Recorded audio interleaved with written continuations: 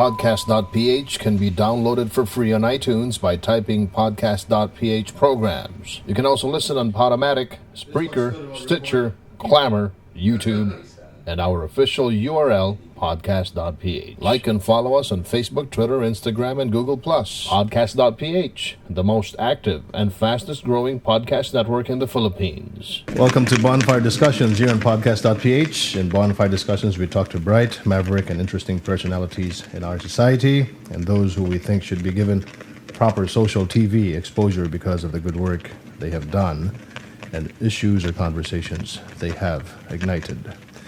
My name is Martin Andanar. Our guest is Congressman Sherwin Gatchalian.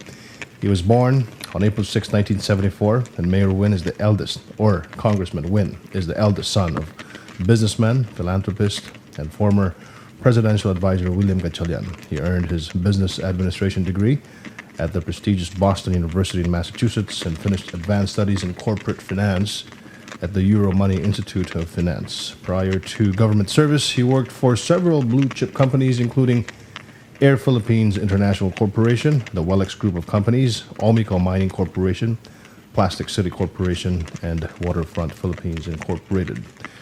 With his sharp business acumen, or skills, and solid management background, he infused a corporate style of leadership to running the city government. Like a proactive CEO, he leads the city like a corporation with local employees as prime assets, citizens as valued clients, and Valenzuela City as a trusted brand name.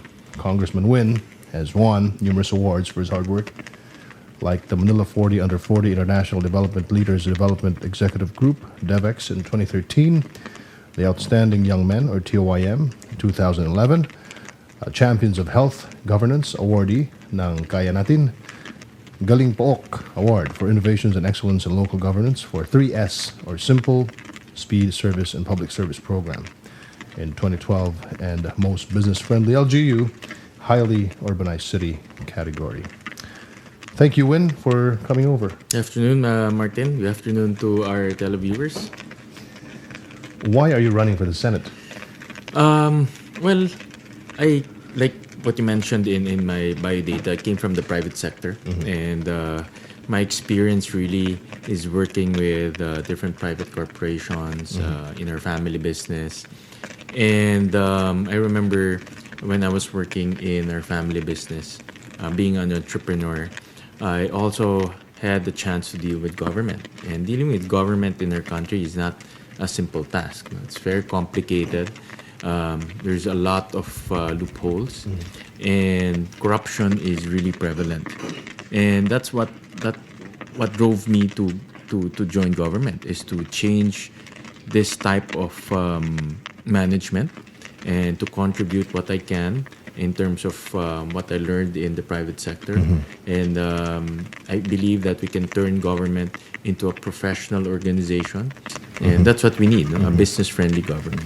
Let's talk about the political system of our country. Do you think we need to change our presidential or unitary form of government to a different form, like a parliamentary style? Martin, 6 years is very short, no? In managing this country. And changing the political form of government or the administrative form of government will definitely lead to a lot of political debate and to a certain extent political chaos.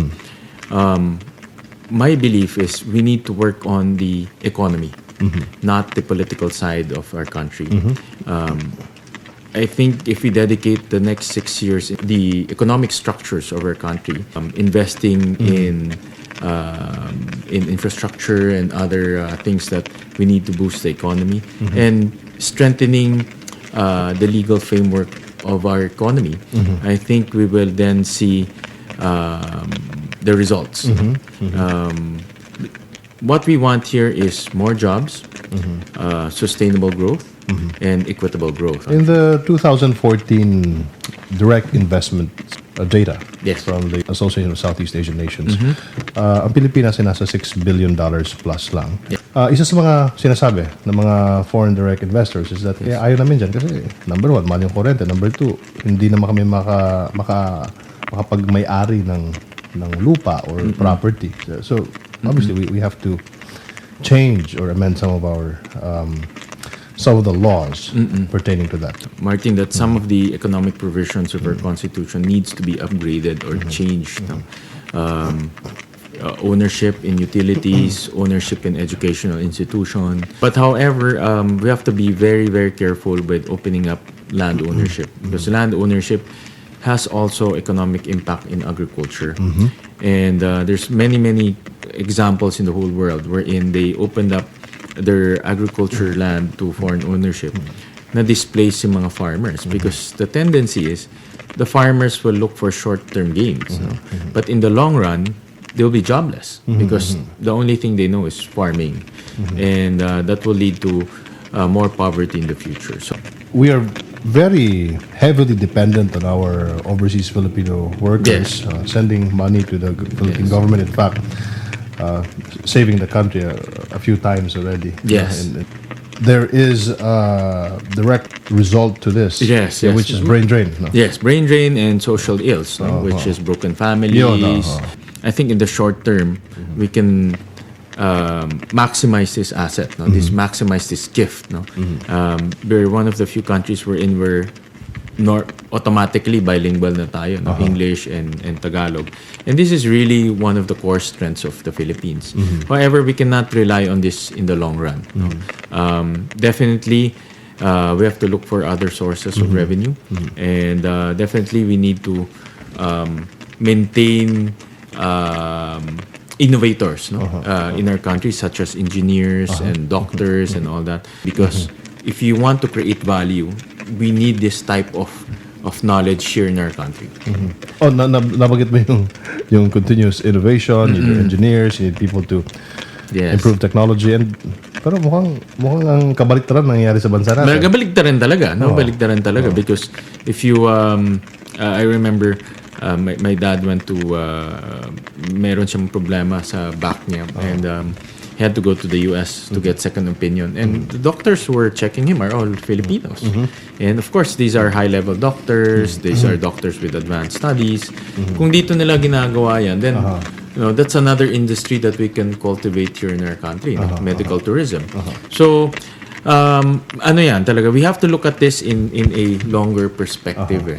And talaga, right now, the OFW phenomenon is helping our economy, stabilizing our economy. If we can develop more job openings for our people, then that's the best for us because they have jobs, and then we keep our we continue our innovation, no, in our country and develop value.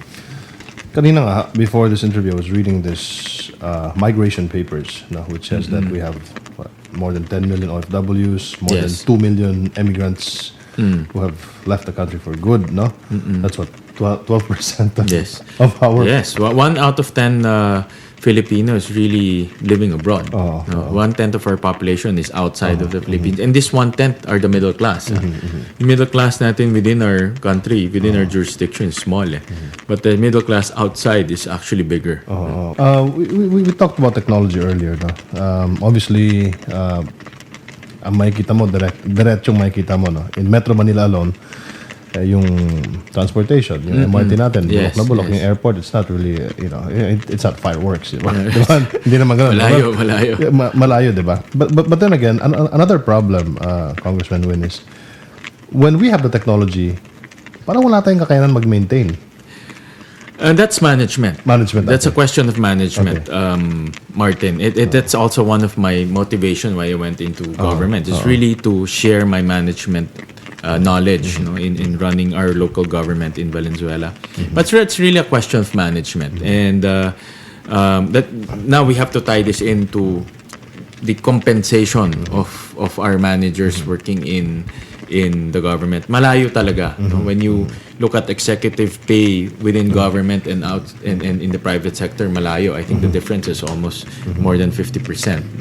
So when you run government, it's like running any other private corporation. You need good managers. You need managers who have experience, and you have managers na may malasakit.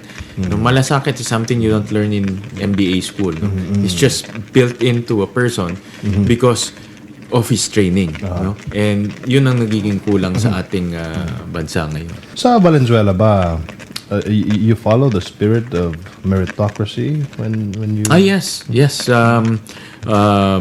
the law, in the CSE law, the local chief executive is given the authority to practice performance evaluations, promotion boards, and promotion mechanisms. And sad to say, sometimes all of this are hinged on politics, not on performance. So in Valenzuela, one of the reforms that we did inside the local government is we don't follow politics. We follow your performance. If you're performing well and everyone thinks you're performing well, you get promoted. No? So that's how it should be naman talaga. Like Singapore, di ba? Yun yung ginawa ni Lee Kuan Yew, di ba? Yes. Talagang kailangan mong talagang maging magaling ka. Kasi dito sa atin merong mabigat ang politics eh. Kung sip-sip ka kay mayor, kay governor, kay presidente, you'll stay in your job, no? Regardless what your performance is, no? And we should reverse that because at the end of the day, what's important is the service that you're providing to your customers, and those customers are happy. Do you honestly believe that magaling ang civil servant population ng bansa natin? Or kaya lang sila pumapalpak dahil nga dun sa nabanggit mo na napakadaming political accommodations at may demoralization? Medyo halo-halo na eh, Martin. It's really it's hard to pinpoint which one, but I think it's a combination of different reasons na. One is, again, compensation plays a very important role. No? If you are way behind the private sector average, then magkakaproblema ka talaga. No? Pangalawa is the performance evaluation, professionalism, practicing performance-based evaluation compared to political evaluation. No? That's another one. Pangatlo, ito kasama rin to, no? In many best corporations, continuous training is very important because training develops the culture of your organization. In government, hindi nangyayari yan. So there's no culture. All of these modern management techniques should be practiced in government also to make it efficient, to make it responsive. You are still watching the Bonfire discussions here on podcast.ph. We'll be right back